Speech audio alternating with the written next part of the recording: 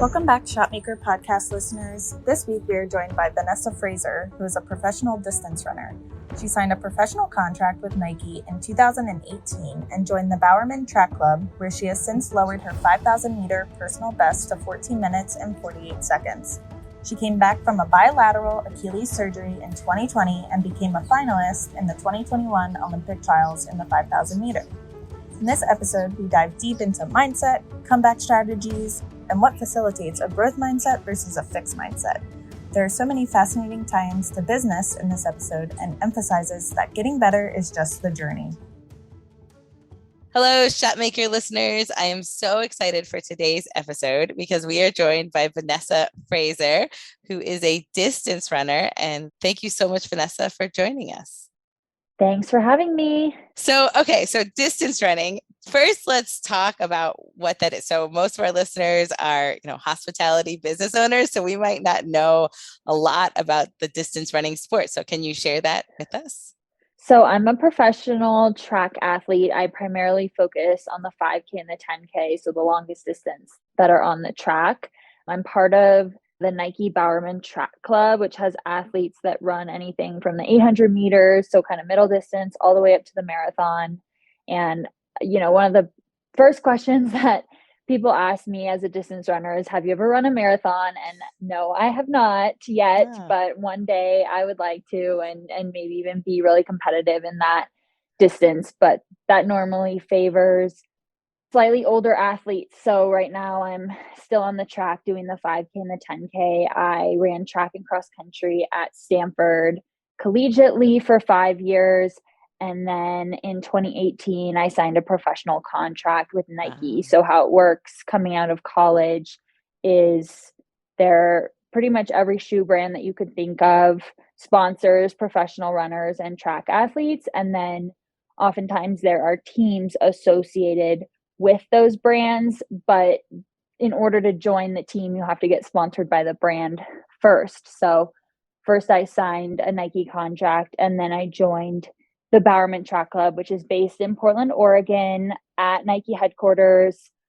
And we travel a lot throughout the year. Right now we're in Park City, Utah, doing a big altitude training camp, getting ready for our main season, which is coming up this summer.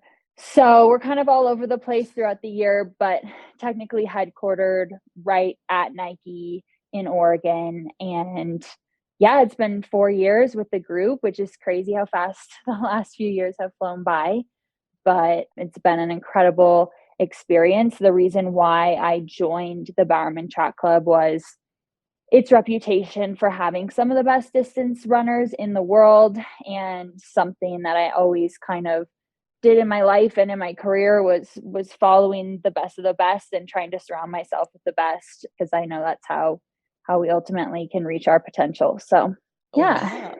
So talk to us a little bit. I think one thing that does come up a lot on this podcast, being that we're a lot of restaurant people, is COVID. So talk to us a little bit about how that impacted your sport.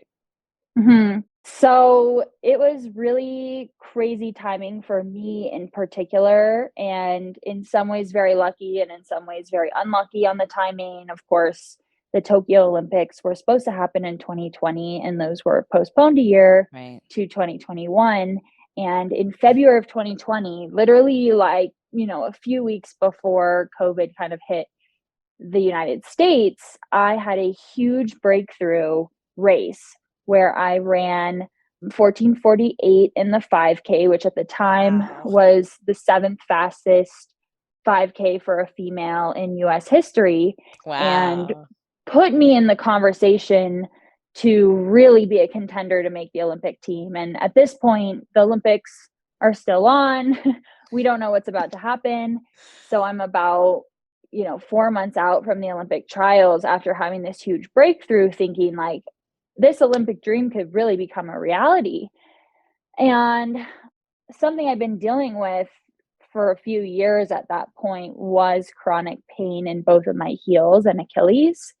And unfortunately, right around the time when COVID started getting really bad, my Achilles really started blowing up. And so I recognize, and the Olympics get postponed, I recognize that as an opportunity to address kind of this long-standing chronic Achilles issue.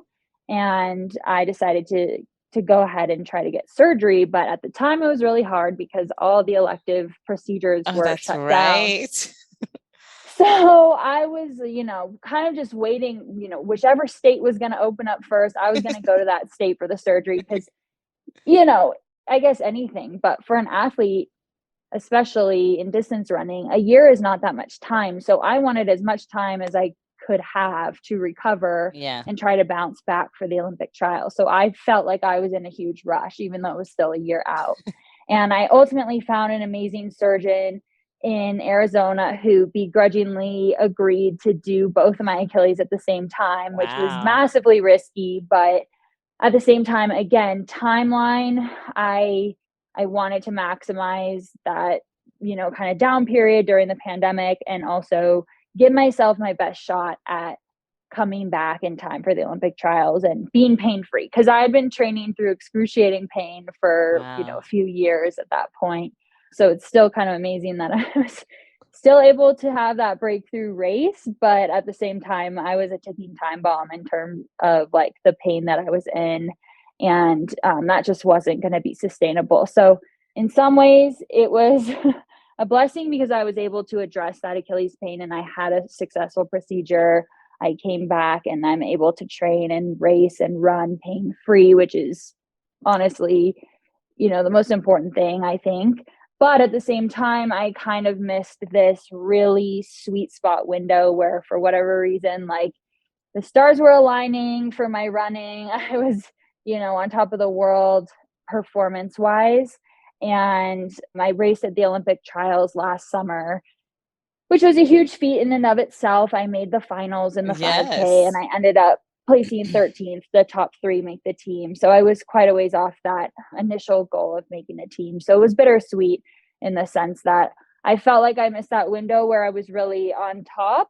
But on the other hand, coming back from surgery was a big feat, bilateral surgery. Yeah. And so kind of a mixed bag in terms of COVID stuff for me.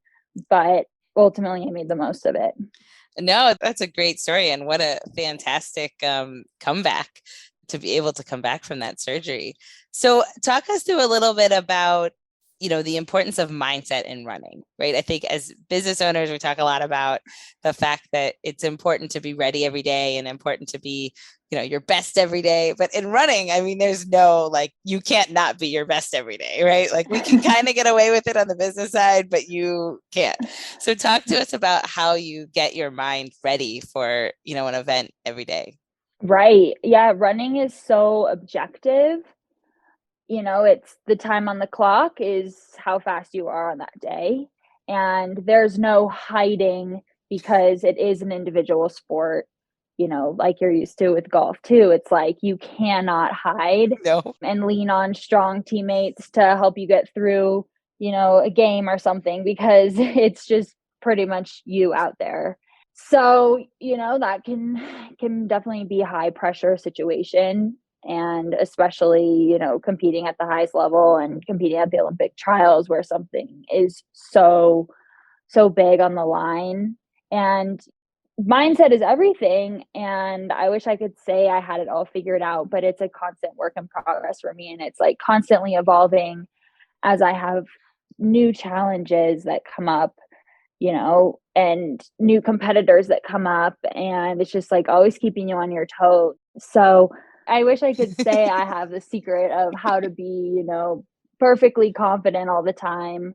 But the biggest thing I've learned or that I continue to learn, and this started for me back at Stanford, because I came onto the team as technically a preferred walk-on, and I wasn't even in the top 10 runners on the team my freshman year at Stanford, and slowly worked my way up over the years.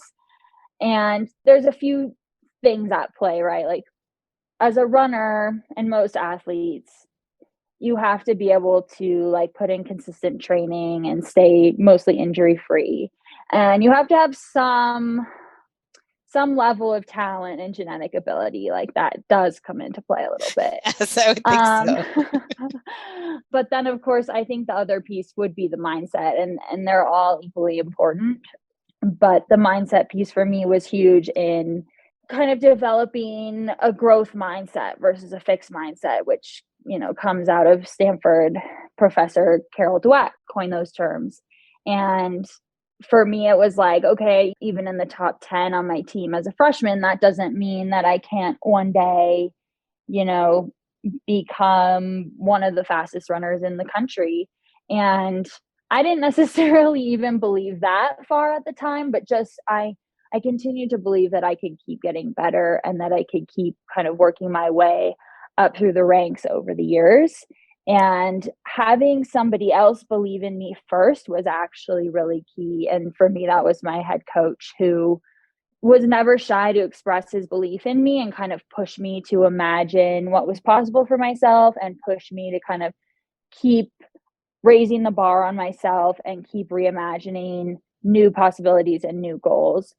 But it's, of course, then you have to buy into that too. Like, okay, now someone really believes in me and I have to turn that on to myself and fully believe that and fully embody that in everything that I do. And with every day, I'm going to approach every little exercise, as mundane as it might feel, with purposeful intention that I'm going to keep getting better. And, that worked really well for me throughout college. I improved year over year. And then, as a professional, I continued to see improvement early on. And then I think I kind of had a big setback with the surgery. And it's been a new learning experience to harness that mindset again and almost have a beginner's mentality, because it did set me back in my progression. And having to, just because I took a few steps back doesn't mean that I don't belong at the top or that I can't get there again, but having to almost like learn from my younger self and redevelop that mindset that I had of just being hungry, but also like believing that I can get there one day. Yeah. And that is such a great answer. It's so impactful to so many people well beyond sports. Talk to us a little more about this idea of growth mindset versus fixed mindset for people that don't know, because I think one thing that is different in sports, I feel like in sports, you have the expectation of you always are growing. And if you're not growing, there's a problem, right? And then you're hard on yourself because you're not improving and I should improve by more. And there's like all of this pressure. And then when you get in business, I think it's so easy to forget that you are on this growth path and that you are getting better every day. So it's almost like the flip side, because it's like you're so hard on yourself because you're not perfect every day. Mm-hmm. Meanwhile, you've only owned a business 2 years. Why would you be perfect? Like clearly you shouldn't be. So talk to us a little bit about this idea of growth mindset, because it's so important for people to realize that getting better is the journey, right? No matter what we're doing. Mm-hmm. So much to unpack there. I think, in sport, and again, especially in a sport like running where everything is so objective and you're objectively compared against everybody on a scoreboard by a time, it's easy to let that comparison get you down and to feel like you're never going to be at the top and you're never going to be good enough. And the reality is that's true, and that is something that I've learned, because I am on a team of, there's 5 women and then 12 men, but the 4 other women on my team are all Olympians. And I got so fixated on this idea, and I've trained with other Olympians over the last few years who have since moved on from our team, but I got so fixated, and society put such glorification on this idea of becoming an Olympian, which is an amazing feat, and it's such a cool thing to do and to become. But I became so fixated on wanting to become that, and then also being surrounded by everybody around me has already achieved that. And what I've learned is, in my mind, I think that's the pinnacle, and that I would be satisfied if I just became an Olympian and if I just made it to the Olympics. And I see my teammates come back from the Olympics, and even someone who's won a medal and they're not satisfied. And they want more. And that's how sport is. And I think that's how anything life is, right? It's like it never ends. It No. literally never ends. And there's always going to be someone in some regard doing quote unquote better than you.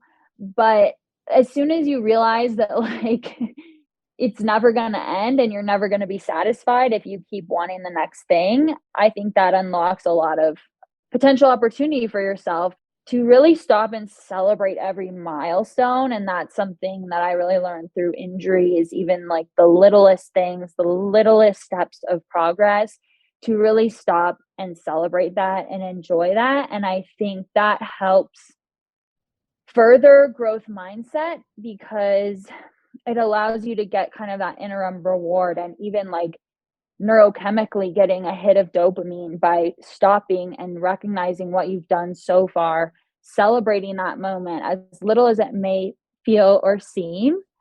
And then all of a sudden you're telling yourself that you're on the right path and you are improving, and you just have to stop and recognize that. And that's the only way that you're going to keep, making steps forward, as opposed to just being fixated on what somebody else has done that seems ahead of you, or what you think the pinnacle of your sport or your industry is. Because once you get to that point, if you get to that point, it's not the end. So No. that's never gonna drive success or bring happiness. It's really learning to focus on your own journey, as cliche as it sounds, and celebrating those small steps. And that's what I think helps facilitate growth mindset, which is really just the belief that you can continue to grow and get better. And that's all you can focus on, is continuing to grow. Because as soon as you get fixated on the outcome, it really can unravel your ability to celebrate your progress and your ability to kind of like continue to reward yourself so that you stay on that positive trajectory. No, and that is such a good answer, because I do think that's true. I think, whether it's running or in business, it is important to not just worry about the outcome of whatever place you came in, but really dig deep into your performance, right? Like maybe it was a better run, even though you came in a worse position. And same would be true on, a business where, okay, yes, the bottom line doesn't look great, but what are the intangibles that you did better this month, and the things that you can control versus the things that you can't. So I think what is interesting on business side is sometimes we forget to get that data, where like in sports, the data is constantly at you, right? Like I knew my stroke average, I knew whether it should be good or bad or things I didn't do well. And I think in running, you of course have all this data at you, but in business, like the data can actually help us see improvement. So everyone listening, it's okay to track trends and all of that, because there is hidden good in every week that may feel, not so good.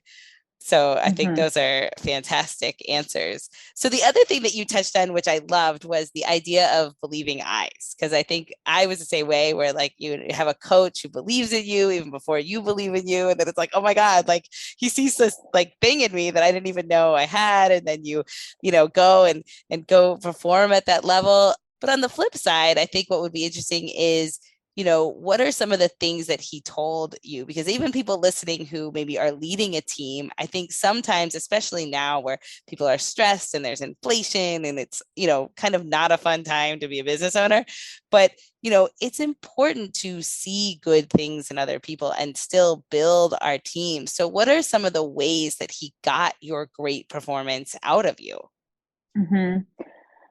He told me certain things that made me believe in myself, but it was really the way that he expressed that. Coach Miltenberg is now the director of track and field at University of North Carolina, but he was at Stanford the whole time I was there. And he just has this great charisma about him, this great motivating ability, where it's his delivery, not just the content of what he's saying, which I think probably rings true for most leaders. Is it's really how are you delivering it. And so it was fairly basic things. It was like, yeah, you can qualify for nationals. Yeah, I think you can break 16 minutes in the 5K, which I did, and as a sophomore in college at the time, that was a big barrier for me. But the way he would say it was so emphatic and filled with so much enthusiasm, and I wish I could deliver it the way he can, but it's just a certain gift that he had with just his tone and his excitement and that emphatic belief. that I could really hear and feel from the way he was talking to me.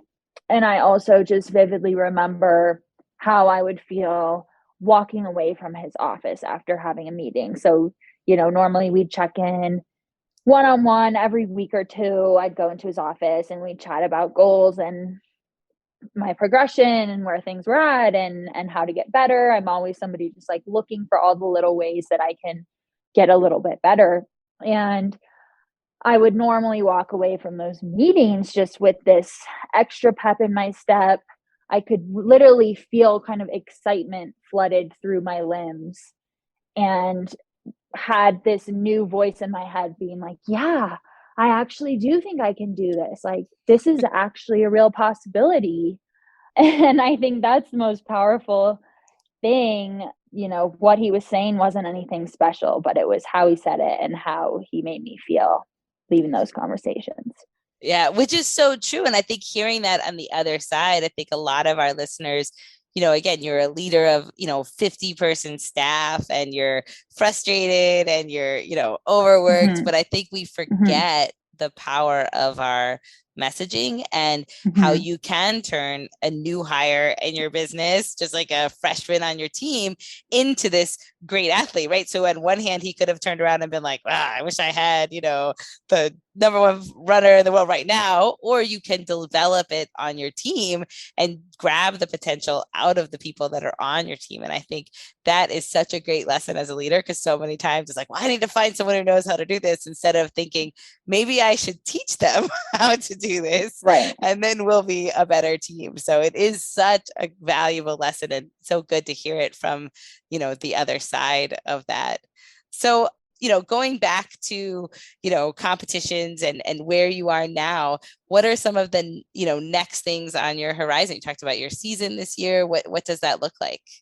Well, our sport is centered around Olympic cycles and Olympic years. So that's every 4 years. And then 2 of the 3 years in between the 4-year Olympic cycles are World Track and Field Championships, which are, almost just as big for our sport. And this year they're being hosted on US soil for the first time in a long time, or maybe ever, at the new stadium that's in Eugene, Oregon. That's an incredible facility. They just finished it last year. We got to run the Olympic trials in it last year. So the qualification for the World Championships are in June at the same location. So that's the US Championships. And same as the Olympics, the top 3 finishers in each event qualify for the World Championships team, which will be the following month in July. And then if you don't qualify for that, there's usually there's big races in the US, but there's a lot of big races in Europe as well. And track just seems to be bigger and more popular in Europe. So there's a lot of opportunities over there, which I'm really hoping I get to race over there this summer. Just having a couple of years off from traveling to Europe, I have the itch to go back and race there. So yeah, gearing up for a big summer. Oh, that's awesome. That is really cool. And what's sort of on your 3-year goal or 3-year, target that you're looking at? This is the other thing about goals. I think it's so important to have big goals. I think big, lofty goals obviously help provide motivation and direction and purpose.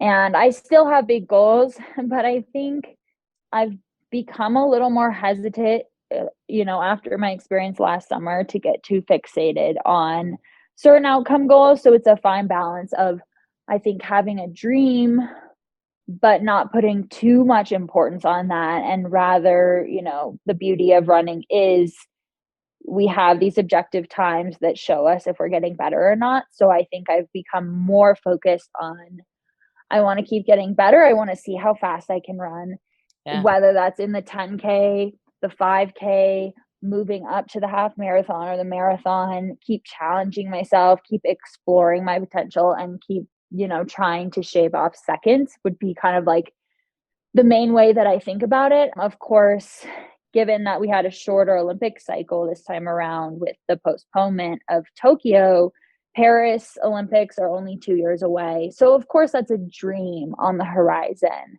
And that excites me, but I've become a lot more focused on, I just want to see how good I can be and how fast I can run, and keep focusing on trying to chip away at shaving down seconds. I mean, you can't always control that either, but it's more in your control than like what place you're going to finish in a race, because especially I've realized the last few years in US distance female running, it has evolved so much and become so much more competitive than it ever has been, really specifically in the last couple of years. And I don't know if that was a COVID effect where like people just had more time to train and like put in big training blocks as opposed to being interrupted by racing.